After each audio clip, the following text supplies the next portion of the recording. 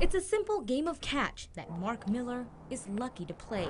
Miller has 3 darling boys, a loving wife, and a little girl. Have fun, baby girls. He had just bought a minivan, and life seemed to be pretty good. You want to see a chickie? That's a turkey. Then, right before Christmas, the unthinkable happened. Got laid off just before Christmas. I bought a car 2 weeks before that. Then we got laid off, so I hadn't even made one payment on the minivan yet. Miller worked at Lucky Friday Mine for 4 years. Like all these miners, he's as tough as the rock that they dig through.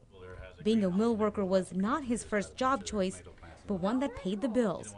He was there December 14th when there was a rock burst, injuring 7 miners. All the guys screaming and hollering underground. It was pretty traumatic, and we knew at that point that if without that hallway, there's no ore, there's no mine. It was the 5th incident at the mine in 2011, the 3rd that involved injuries.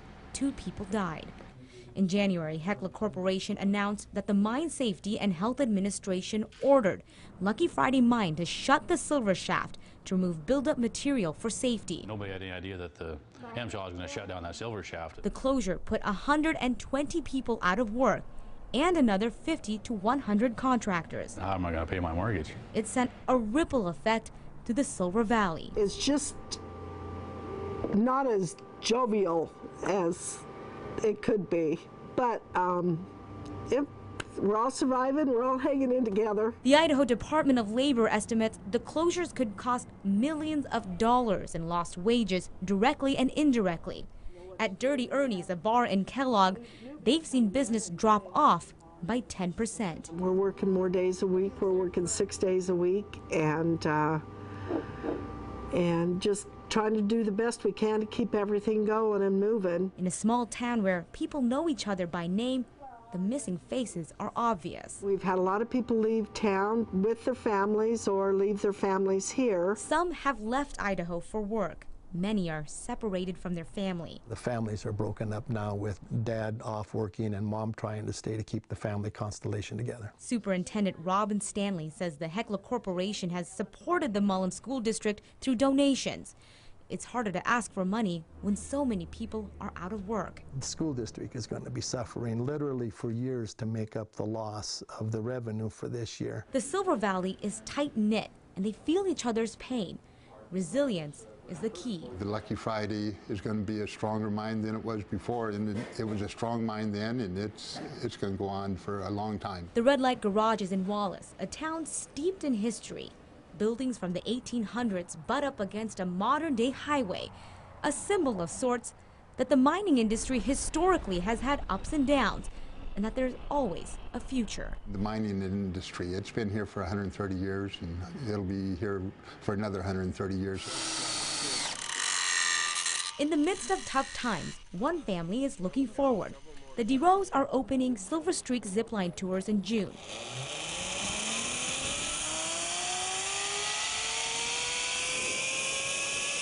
They plan to hire 30 people, hoping tourists will make the time to take a ride.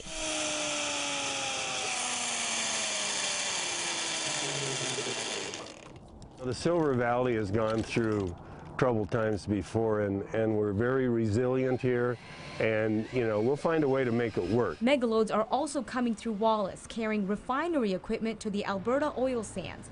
The people accompanying those loads have brought business to hotels and restaurants, softening the blow of the mine closure. This is just one of the bumps in the road in the mining industry. Whether it's the promise of sunshine that'll bring in tourists or the belief in something more powerful. I have a very strong belief in God.